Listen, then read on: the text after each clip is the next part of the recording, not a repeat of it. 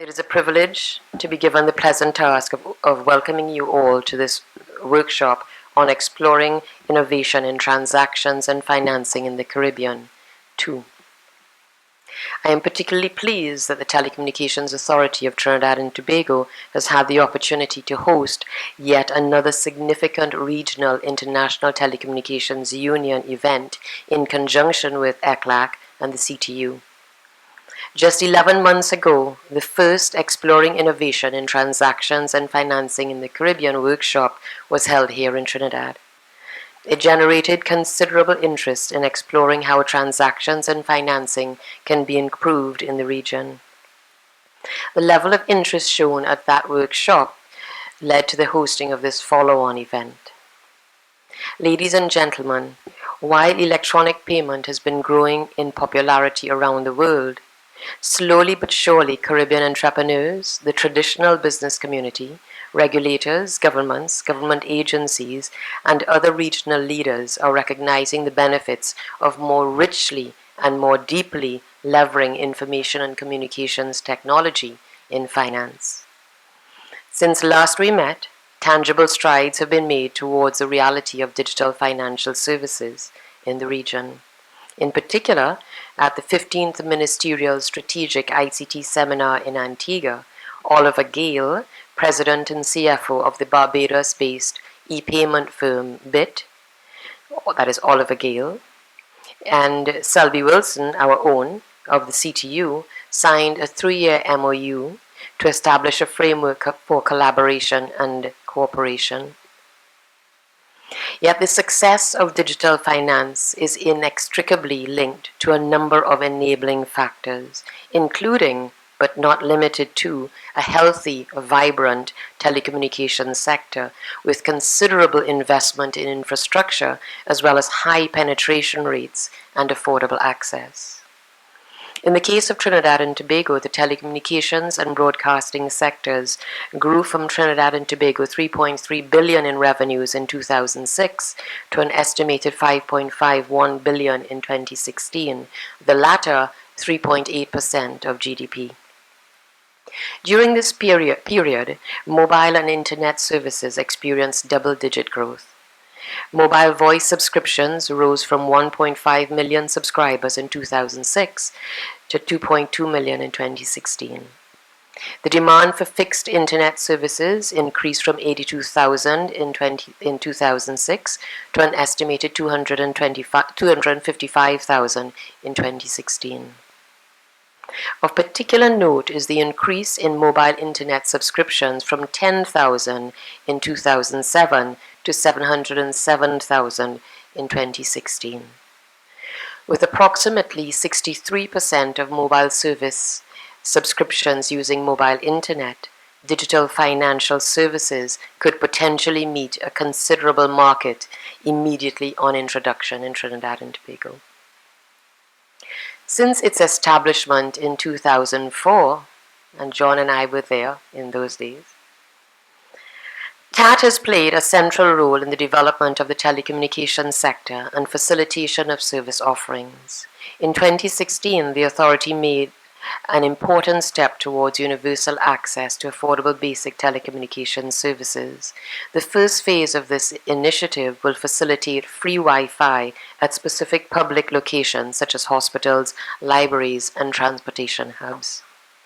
Other initiatives soon to come on stream will improve digital access through the provision of assistive technologies to persons with disabilities and facilitate the development of infrastructure in underserved communities.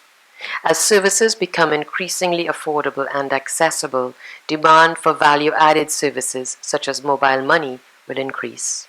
Indeed, while infrastructure, penetration, access, and value-added services bolster digital finance, so too will the growth in digital finance chip away at the digital divide in a virtuous circle.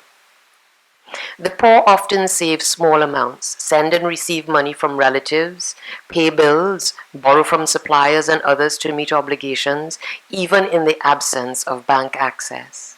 To satisfy their needs, most low-income consumers make use of informal financial mechanisms that are often insecure, unsafe, inefficient, and more costly than necessary. The ITUT focus group on digital financial services estimates that the use of agents and digital channels may reduce the cost of financial transactions by as much as 90%. DFS is therefore of keen interest as a solution to the financial needs of poor and unbanked consumers. TAT's role in the successful deployment, uptake, and impact of digital finance is expected to extend beyond its traditional mainstays, in accordance with the ITU's expectations. But even while financial regulators and policymakers assume primary responsibility for DFS policy, deployment, regulation, and supervision, telecommunications authorities will play an increasingly prominent role in DFS policy development, particularly with respect to issues such as quality of service, data privacy and security, consumer protection, and of course, interoperability. At the same time that DFS offers the potential for improving services and reducing costs for consumers in the financial as well as non-financial sectors, the challenges do not escape us.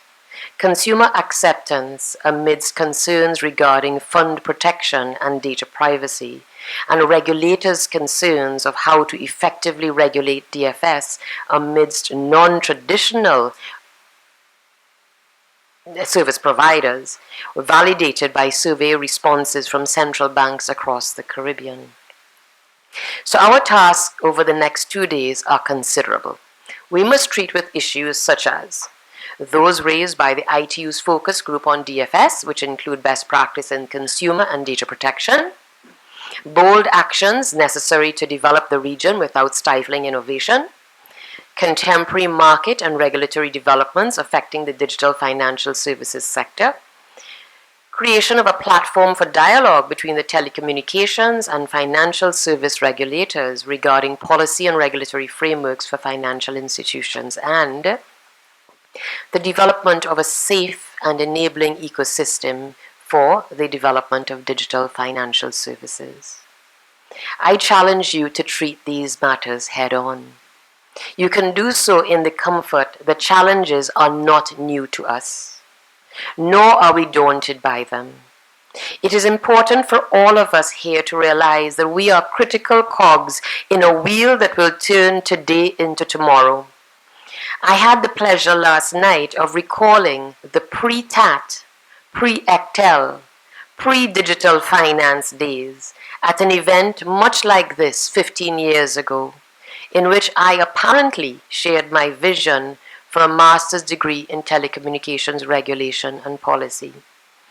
The ITU's Sylvester, who is with us today, reminded me of this, and we both reminisced that within a year, funds had been secured on the sidelines of a meeting much like this.